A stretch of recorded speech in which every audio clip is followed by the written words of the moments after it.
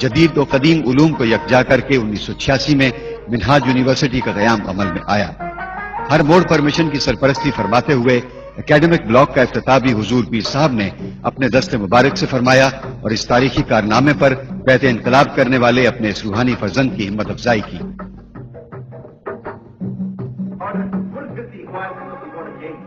امریکہ، Denmark, Norway اور England کے کامیاب دعوتی اور تبلیغی دوروں اور تنظیم سازی کے بعد لندن میں تاریخ ساز منہاج القرآن انٹرنیشنل میملے کانفرنس کا انعقاد ہوا، جہاں دین کے احیاء و اشاعت اور اتحاد ملت کے لیے 33 ممالک کے نمائندوں کی طرف سے ویمبلے ڈیکلیریشن جاری کیا گیا۔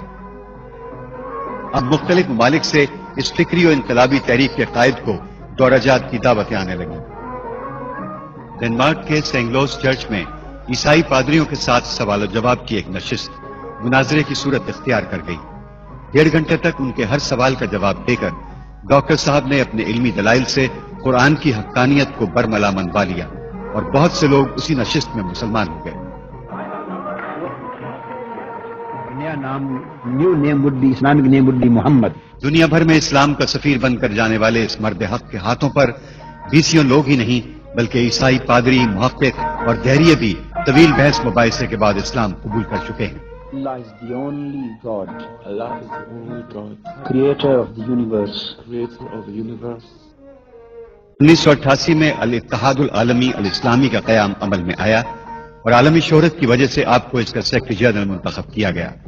لاہور میں منہاج القرآن کے مرکزی سیکرٹریٹ کا عالم اسلام کے عظیم امریکی باکسر محمد علی کلے نے دورہ کیا۔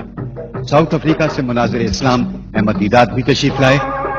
بھارت سے جامع مسجد دہلی کے خطیب امام عبداللہ بخاری وزٹ پر آئے۔ اسی طرح چین اور ایران سے علماء کے وفود اور متحدہ عرب امارات سمیت دنیا کے کونے کونے سے لوگ اس منظم سیکرٹریٹ کو دیکھنے کے لیے آنے لگے۔ We will try to create mutual respect for all of the religions. We will try to create an interaction between various cultures, respect of human rights, respect for various religions, respect for various cultures and communities, and we will try to eliminate the hatred and any kind of violence existing between the cultures and religions.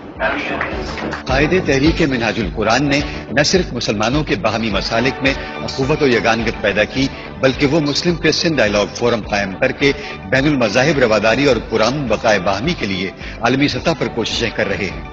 صدیق اکبر، صدیقیت، فاروقیت، حضرت فاروق اعظم، حضرت عثمان غنی، علی شیر خدا۔